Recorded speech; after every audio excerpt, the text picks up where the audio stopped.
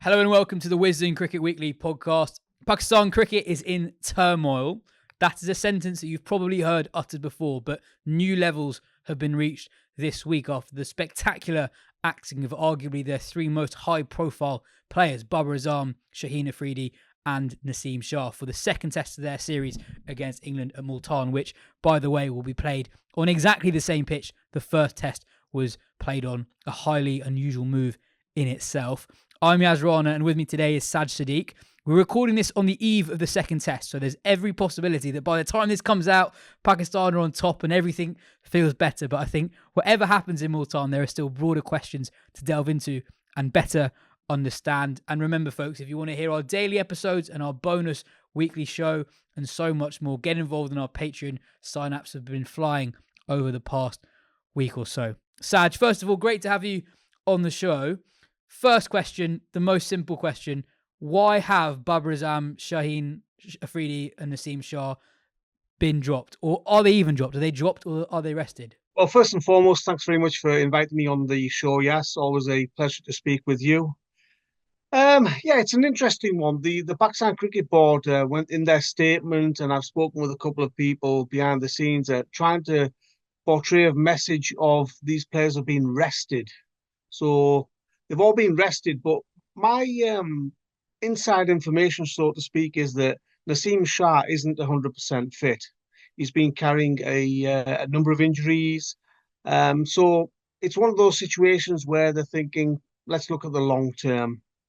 Shaheen Shah Afridi, he's being messed around a lot. He lost the T20 captaincy after a short period. We know that. Babar replaced him. He's played one test match, then they drop him, then they pick him, then they drop him. So he's upset somebody at the Pakistan Cricket Board. There's a number of suggestions, really, that it's because the Pakistan Cricket Board aren't happy with Shahid Afridi, etc., etc. Obviously, his father-in-law. And Babar Azam, they're saying he's out of form. Now, it's an interesting one. He's been out of form for a while. The captain, I led to believe, and the coaching staff, that includes Jason Gillespie and Azhar Mahmood, they wanted Babar Azam to be picked in this, at least in the next couple of test matches against England, because they feel he's just one innings away from regaining his form. And as I say, the interesting thing with Babar Azam is that why drop him now? Why drop him halfway through the series or after one test match? I would have given him the whole series, given him all three test matches, and then said to him, look, Babar, this is where we are. We think we want to rest you, give somebody else a chance. Why drop the guy after just one test match in this series against a high-quality opponent as well? You're bringing a replacement in, Kamran Ghulam. He's going to be up against it. As I say, a quality bowling line up against him. And it's just short-term thinking. There's a lack of planning going on at the Pakistan Cricket Board, and dropping these three players or resting these three players is just part of that mess. There's a lot that we can unpick here. So let's almost go one by one. Let's start with Babar. I can't recall a player as high profile as him being left out in what is supposed to be the peak years of his career. Shane Warne was dropped for one test in 1999. There were riots in Kolkata when Sourav Ganguly was dropped in 2005. Putting aside the finer details of who wants him in the team, who wants him out of the team, is he rested, is he dropped? What is unquestionable is this guy who was at the top of the world game 2 years ago. He's completely lost his form. He's gone 18 innings without a 50. There are a number of coaches, and the turnover in personnel is hard to keep track of in Pakistan. Do you think the wider instability has really harmed a player like Babar? I've seen people make the point that who's he supposed to turn to if he loses form, given that there's a new batting coach for every series, pretty much? Yeah, I mean, you've got to remember that stability in Pakistan cricket is never there. So I'm a little bit, I doubt this. This theory that it's all down to the board, it's all down to the upheaval, it's all down to the constant changes. I think the players need to take responsibility. Babar needs to take responsibility for his own poor form. The Babar Azam of today is not the Babar Azam that we're used to seeing in the past. He looks a different batter. He looks devoid of confidence. It's not the same player. Now, it's very easy, as I say, for these guys to go in there and blame the selectors and the constant changes and the upheaval in Pakistan cricket. But as I said, this has always happened in Pakistan cricket, and more often than not, the players, the Inzamams of this world, the Waseems, the Waqars, the Mohammad Yusufs, Yunus Khans, etc., they went out there and they performed, irrespective of what was going on in the dressing room and what was going on at board level. I don't know. I mean, Babar, is it a confidence issue? I'm not sure. Is it other things going on behind the scenes? Obviously, when they sacked him as captain, that wasn't pretty. And I think I was very surprised when he took the captaincy back for the T20 World Cup. I thought he might have just said to the board that, continue with Shaheen, let's see where this goes. But ultimately, yeah, Babar has a lot of work to do. And I think the only person that can get him out of this mess, this lack of form, this lack of runs, is Babar himself. He knows where things are going wrong. I don't think a player of that quality needs to turn to a coach.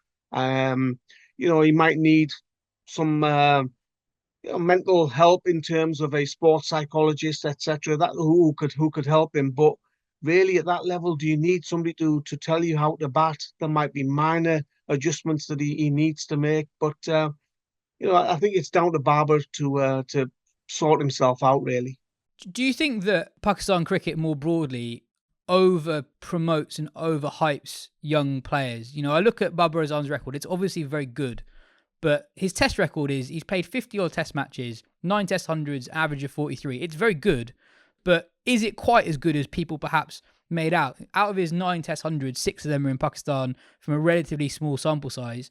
But, that actually means that he has 3 test hundreds from about 38 test matches outside of Pakistan. We know how good the pitches have broadly been in Pakistan. It's almost too much being made of when people have extremes at both sides. If someone goes through a good run of form in Pakistan, too much is made of it. They're built up too much. And simultaneously, the other end as well, when someone goes through a bad run of form, people are too quick to come to conclusions about a player. Do you think that's fair? I think in Pakistan we tend to forget, or we don't look at who the opposition is. When it comes to batting, that is, who the opposition is, the quality of the opposition bowlers, the opponent, and where the match is being played. Now, if you look at a number of the guys in the current test team, Abdullah Shafiq, Saud Shakil, etc., most of their test cricket has been played in Asia. Now, I look at their records, they're averaging over 40. Yeah, that's very nice. But how are these guys going to perform? I would prefer to see how good they are, to look at what level they are when they've been on tours to England, when they've played in New Zealand, when they've played in South Africa. I know they've had a series in Australia, which was obviously 3-0 over there. But I think, yeah, we're looking at a small sample size. And as I say, we tend to forget. We don't look at things properly. Just on the call to leave Babar out, it's a massive call to make. He's the superstar of Pakistan cricket. And as you say, head coach Jason Gillespie and captain Shah Massood, the noises they were making after the first test, it didn't sound like they were pro leaving Babar out anytime soon. Yet that is a decision that's been made from this new selection panel that's just been assembled. And it's worth going through this. A selection panel's got Asad Shafiq, Azhar Ali, 2 people who'd have quite recently played with Babar Azam. We've got Alim Dar, the umpire, who's only recently just announced that he's going to retire from umpiring, and Aqib Javid, who's involved at the Lahore Calendars. That is an extraordinary decision to make so early in your new regime, and it seems to be one that the captain and coach didn't want to happen.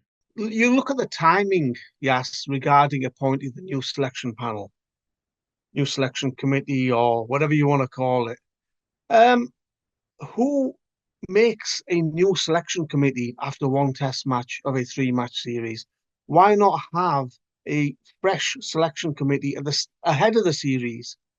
After one test match, you're bringing in a new bunch of selectors. Look, I've got no problems with the likes of Azhar Ali, Asad Shafiq. They were fantastic batters, played all around the world, etc. A lot of experience. But Aleem Dar, I mean, I like Aleem, fantastic guy, great ambassador for Pakistan cricket and sports.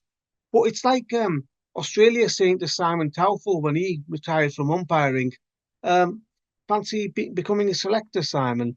Or when Dickie Bird retired from umpiring, the ECB ringing Dickie up and saying, "Oh, Dickie, you still want to be involved in cricket, mate.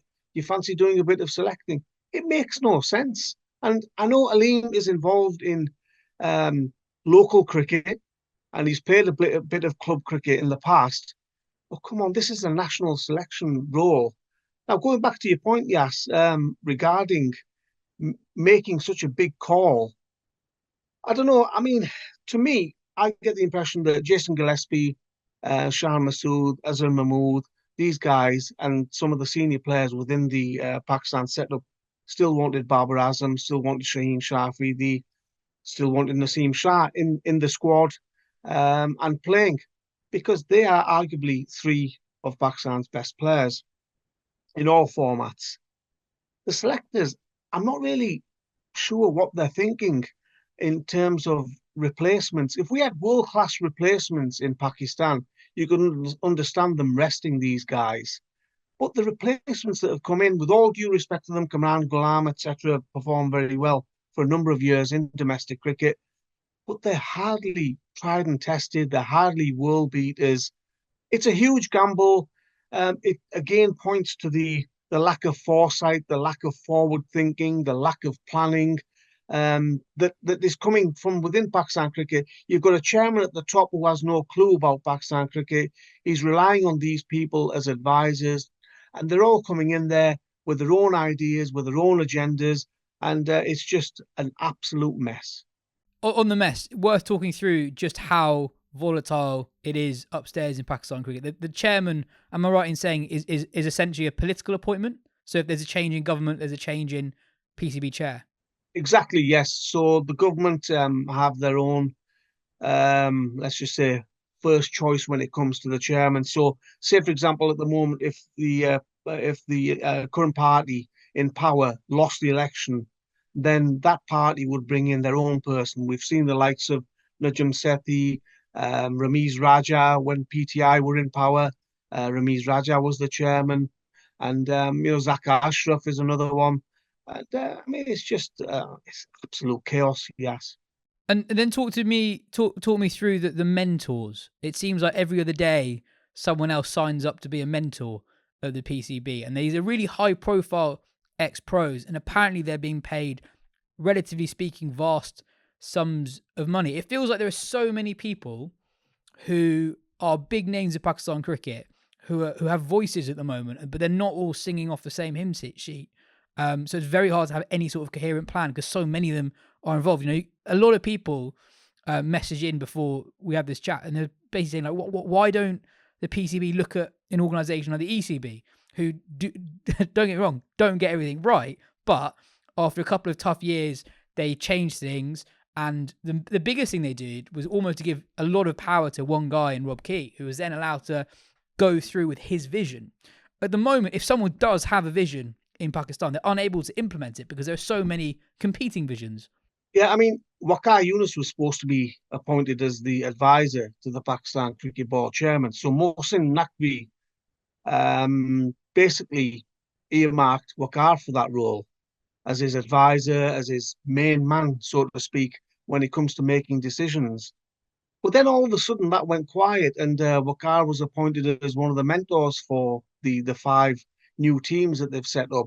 So I'm not quite sure what happened to that role and where it went, and why Waqar wasn't appointed in that position. I know there was a lot of criticism based on Waqar's previous stints as coach, etc. Perhaps he didn't want that criticism and he opted out of the role, but they just seemed to that role evaporated, and it's sort of gone into thin air now. Nobody's actually got that role. Regarding your point about mentors in Pakistan cricket, if you sit on television and criticise the Pakistan Cricket Board, you criticise the chairman, more often than not, you'll end up with a job within the Pakistan Cricket Board because they don't want that criticism. They don't want those voices criticising them. So instead, what they do is, oh, right, okay, let's get him on board. That'll shut him up. And they give him a job. And these mentors, I mean, I've never been in favour of the mentor role. We see them in the Pakistan Super League and other T20 leagues. What exactly do they do apart from high-fiving the players when they've won or patting them on the back when they've lost? Yeah, it's a lot of money for doing that. I mean, I quite fancy a mentor role myself if that's all you have to do. I'm sure some of them do a little bit more than that, yes, but it's just easy money. They must be laughing all the way to the bank. But again, it just goes back to the short-term thinking, the lack of planning that's currently going on at the Pakistan Cricket Board. It's got to the stage now where I absolutely dread every email that I get from the Pakistan Cricket Board because you just don't know what decisions they've made and what stupidity is there in this email and what ridiculous decisions they're making next. If we take what the PCB have said at face value, or at least some of it at face value about the droppings or restings, right? You know, it sounds like these guys are going to be back. It's not as if they're just saying, "That's it, Babar, you're done." Let's interrogate that a little bit. So Pakistan have this. I think Azam Mahmood in a press conference today talked about how Pakistan have this packed schedule coming up, a lot of cricket between now and the end of the Champions Trophy, and I had a look at that schedule. So between the start of the Bangladesh Test series that happened a few weeks ago and the end of the Champions Trophy, Pakistan have 79 days of international cricket in 7 months. So the Bangladesh Test, the England Test, they then go straight to Australia for a white ball tour. Then there's a white ball tour of Zimbabwe, an all-format tour of South Africa, West Indies at home in a Test series, then ODIs against South Africa and the West Indies, and then the Champions Trophy on home soil, all by the end of March. It's a lot of cricket, and I get that all the noises have been that these guys have been rested rather than dropped, but as someone who loves Test cricket, lost in the farce of all the headlines in the last few days, the country has decided to use a high-profile Test series as the best time to rest their star names. That's really concerning, isn't it?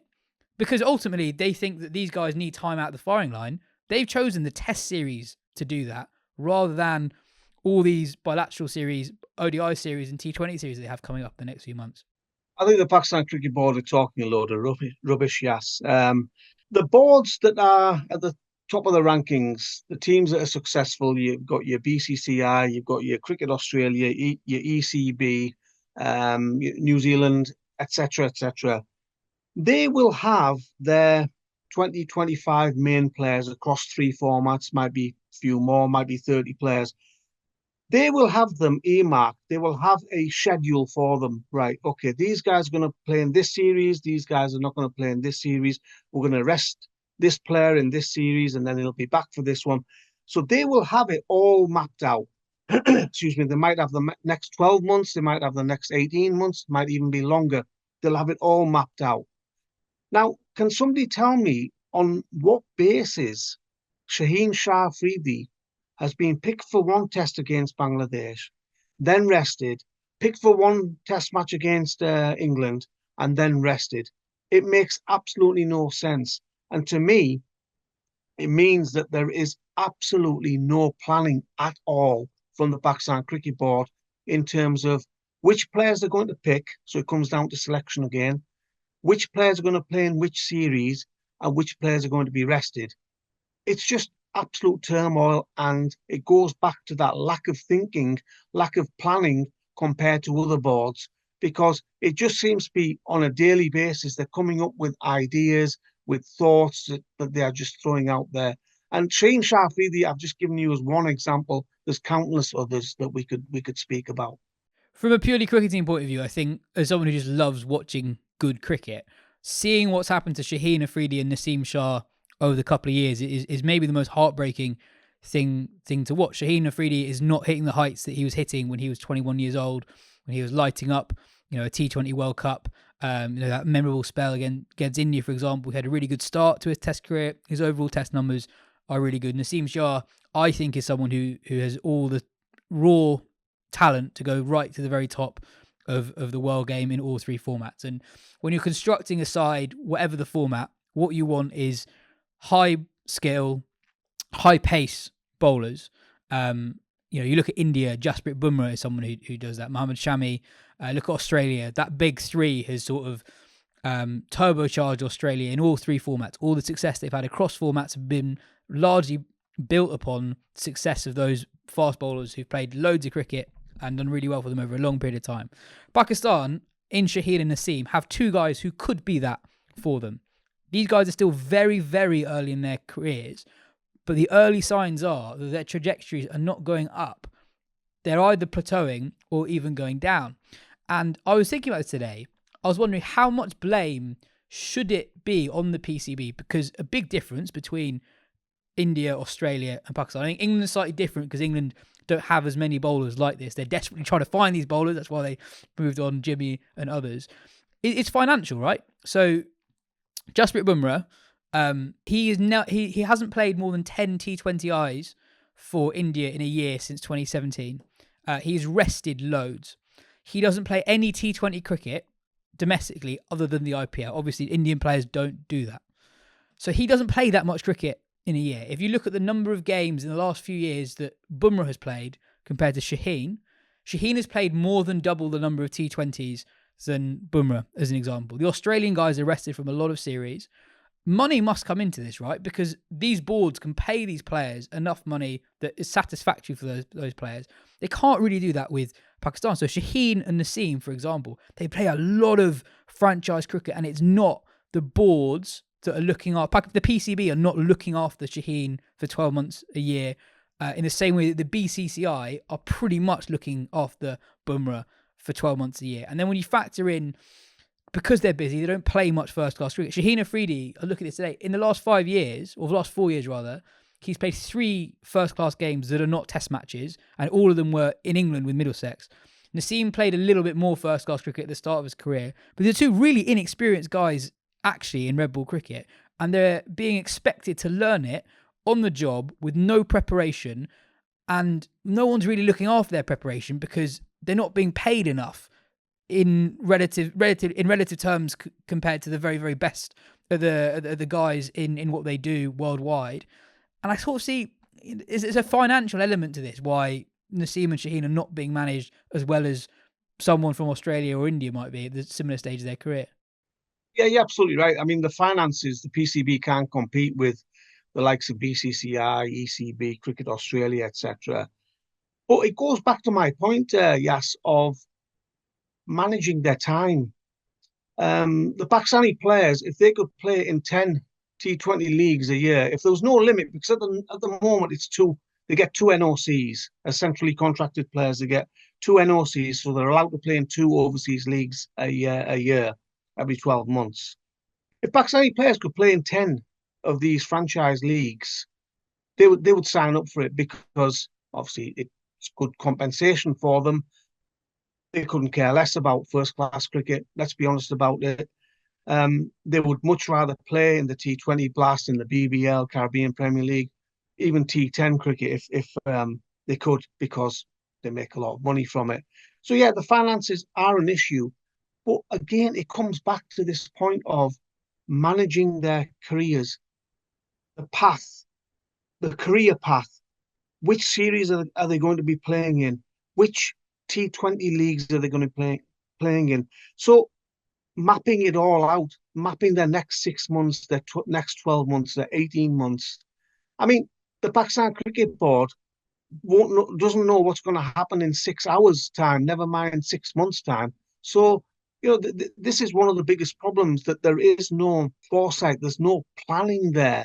And I know I've mentioned this before, but this all falls into this whole cauldron of like just throwing things in there into this cauldron and hoping it produces something. All right, okay, we'll play Shaheen in this series and let's see what happens with him.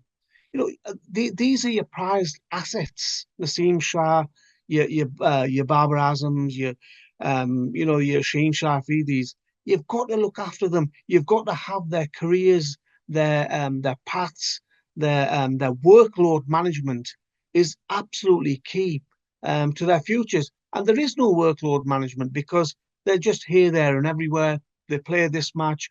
They're given NOCs to go and play in this tournament. They're given NOCs to go and play in various tournaments around the world. And then last minute, sometimes the NOCs are withdrawn, as we saw with Osama Mir earlier this year. And that upsets county teams as well. That upsets the franchises. And that then has a knock-on effect to for other Pakistani players because those county teams or teams within the BBL, etc., don't want to sign Pakistani players because of the uncertainty. So, as I say, I mean, it's just an absolute shambles, and it really does go back to this whole lack of planning from the Pakistan Cricket Board. It's just a passing comment you made. Do you think that Test cricket's not really a priority for a lot of these players anymore? There are understandable financial reasons why the top Pakistan players just wouldn't prioritize it, right? It's not something you make a lot of money out of. The prestige, in a way, is disappearing in that Pakistan don't have that regular a schedule, at least compared to the big three. They don't play India. They haven't seriously challenged for a World Test Championship final spot. You don't play in front of full crowds very often. Do you think the top young players actually prioritise Test cricket? I know they always say they do, but do you believe it? I think you're absolutely right, yes, because I look at Babar Azam as well, not just the pace bowlers. I look at Babar Azam. How much first-class cricket has he played? Hardly any. So it's not just prioritising a lack of priority for Test cricket. I think it's a lack of priority for red ball cricket. If it were down to me, I mean, I spoke with Shadab Khan, I think it was a couple of years ago, and he was saying to me, "Oh, I need to prioritise red ball cricket. I want to play first class cricket." He hasn't. He's played very little first class cricket. The priority is playing in T20 leagues, making quick money, bowling 4 overs a day, and again, that has a knock-on effect regarding fitness levels of these guys. Shah, Afridi, Naseem Shah, Khurram Shahzad, Muhammad Ali, exactly, I mean, how fit are these guys? We're seeing injury after injury from a lot of these pace bowlers because a lot of them aren't used to bowling 30, 35 overs a match. They're that used to just bowling 4 overs a day and then resting for a couple of days and then playing the next 4 over match. Their bodies just cannot take bowling in red ball cricket. Going back to your point about prioritising, the priority for most of these guys at this moment in time, whether it's youngsters or whether it's established players, is T20 cricket. I understand the likes of Shah and Masood, because their priority is red ball cricket. That's where their strength is. But the vast majority of cricketers in Pakistan, you look at the likes of Saim Ayub, etc., their priority is white ball cricket. And that is a big problem. One more general question before I ask a couple on the upcoming Test match. Rumel asks, have Pakistan become the new West Indies? In the 2000s and the 2010s, you couldn't go 5 minutes without hearing that West Indies were turning a corner, whilst at the same time glorifying their past. Meanwhile, the rest of the world overtook them and their infrastructure remained poor. We had a few questions in like this. Listener Paul said, is the mood around Pakistan cricket one of terminal decline, similar to the way that West Indies are viewed, or is it something simpler to fix, e.g. modernising health regimes and making more of home advantage like India do? What do you reckon? I mean, before we press record, you were totally exasperated. You were really downbeat about where Pakistan is, and we've talked before after a bad result, and I don't know, this just feels different. The fear is, Yas, that Pakistan is heading towards where West Indies went. And I mean, the passion for cricket in Pakistan is dying. That's the worry. You look at the crowds. People in Multan love cricket, but the stadium's empty. Nobody wants to watch first-class cricket. Nobody wants to watch test matches. It's sad. These stadiums, when you get an Inzamam ul Haq playing there in front of his home crowd in Multan, you'd have a packed stadium back in the day. Nowadays, you've got a few hundred school kids. And as Mike Atherton said during the first test match, you've got more security people than actual fans. And it's terribly sad to see. But this is where Pakistan cricket is heading at the moment. Everybody is just interested in T20 cricket. The PSL has done some fantastic things for Pakistan cricket, but it's also done some terrible things as well. And that is a generation of cricket lovers and future generations now are not interested in Test cricket. Whether that's down to the quality of the players, partly, I think, whether that's down to the priority of white ball cricket, T20 cricket amongst younger fans, I think that's part of the issue as well. But Pakistan cricket is in decline, and unless somebody at the top grabs hold of it by the scruff of the neck and makes good change. Because I keep hearing from players, for some former players, oh yeah, the Pakistan Cricket Board are making good decisions. They're making good decisions. I don't see those good decisions. I just see bad decision after another. I mean, we go back to the Aleem Dar as a selector decision, sacking Shah Afridi. What sort of decision was that? Reinstating Babar Azam as captain. What was the thinking behind that? Um, Playing. I mean, I know we're going to come to the next Test match, but look at the squad that they've picked, the starting 11. I mean, who is actually making these decisions? I think if I were Jason Gillespie, I'd be worried about where I'm going to head in this role, because I know Jason's a good friend of mine, and he was very upbeat about this job, and he was really looking forward to it. I'm just wondering whether he still has that same passion, or whether it's dwindling, like the passion is for amongst Pakistan cricket lovers, the media, etc. as well.